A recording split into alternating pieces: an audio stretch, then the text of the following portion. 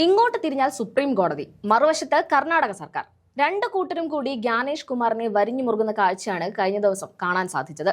തെരഞ്ഞെടുപ്പ് കമ്മീഷനും ജ്ഞാനേഷ് കുമാറും തൃശങ്കുവിലായെന്ന് പറഞ്ഞാൽ മതിയല്ലോ.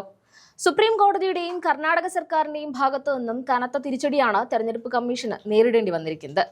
ബംഗാളിലെ വോട്ടർ പട്ടിക പുതുക്കലുമായി ബന്ധപ്പെട്ട SIR പ്രക്രിയയിൽ സുപ്രീം കോടതി നടത്തിയ ഇടപെടലാണ് ഇതിൽ ഏറ്റവും പ്രധാനപ്പെട്ടത്.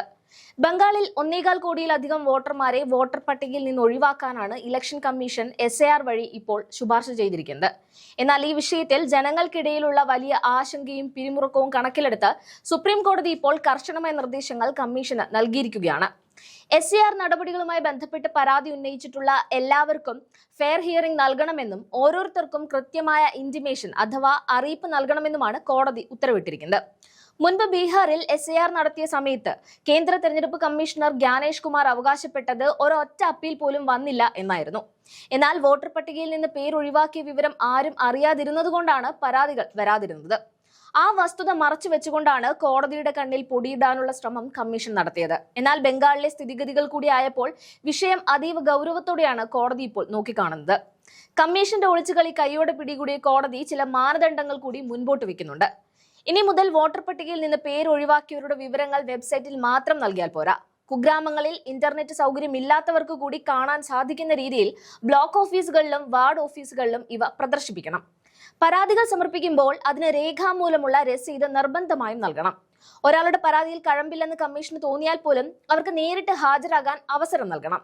ഇത്തരം ഹിയറിംഗുകളിൽ പരാതിക്കാർക്ക് ഒരു പ്രതിനിധിയെ കൂടി കൂടെ കൂട്ടാം. അത് രാഷ്ട്രീയ പാർട്ടികളുടെ ബൂത്ത് ലെവൽ ഏജന്റുമാരാകാമെന്നും കോടതി വ്യക്തമാക്കിയിട്ടുണ്ട്.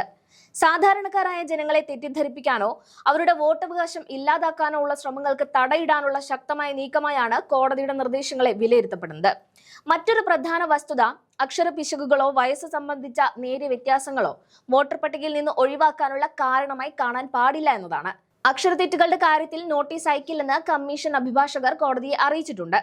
അമ്മയും മകനും തമ്മിൽ 15 വയസ്സ് വ്യത്യാസം മാത്രമുള്ളതുപോലുള്ള സാങ്കേതിക പ്രശ്നങ്ങളും ഒഴിവാക്കാനുള്ള കാരണമായി കാണരുത് എന്ന് കോടതി ഓർമ്മിപ്പിച്ചു.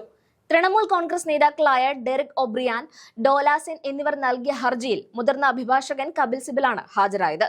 Chief justice Surya Kant, justice Dipankar Datta, justice Joymalya Bagchi എന്നിവർ അടങ്ങിയ ബെഞ്ചാണ് ഈ നിർണായക ഉത്തരവ് പുറപ്പെടുവിച്ചിരിക്കുന്നത്. ഉന്തിന്റെ കൂടെ ഒരു തള്ളെന്ന പോലെ കോടതിയിൽ നിന്ന് കിട്ടിയതിന്റെ ചൂടാറും മുൻപേ കർണാടകയിൽ നിന്നും അടുത്ത പാഴ്സലും കമ്മീഷന് കൈപ്പറ്റേണ്ടി വന്നു.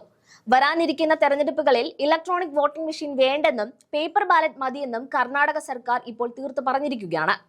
മെയ് മാസത്തിൽ നടക്കാനിരിക്കുന്ന BBMP അഥവാ ഗ്രേറ്റർ ബാംഗ്ലൂർ അതോറിറ്റി തെരഞ്ഞെടുപ്പിൽ പേപ്പർ ബാലറ്റുകൾ ഉപയോഗിക്കാനാണ് സർക്കാർ തീരുമാനം. സംസ്ഥാന തെരഞ്ഞെടുപ്പ് കമ്മീഷൻ ഈ തീരുമാനം അംഗീകരിക്കുകയും ചെയ്തിട്ടുണ്ട്. Karnataka state election commissioner GS അങ്കരീഷി ഇക്കാര്യം സ്ഥിരീകരിച്ചു. SIRലെ അപാകതകൾ സംസ്ഥാന കമ്മീഷൻ നേരിട്ട് പരിഹരിക്കുമെന്നും അദ്ദേഹം വ്യക്തമാക്കിയിട്ടുണ്ട്. പേപ്പർ ബാലറ്റിലേക്ക് മടങ്ങാനുള്ള തീരുമാനത്തിനെതിരെ BJP രംഗത്തെത്തിയിട്ടുണ്ട്. ഡിജിറ്റൽ ഇന്ത്യയുടെ പുരോഗതിക്ക് ഇത് തടസ്സമാണെന്നാണ് അവരുടെ വാദം.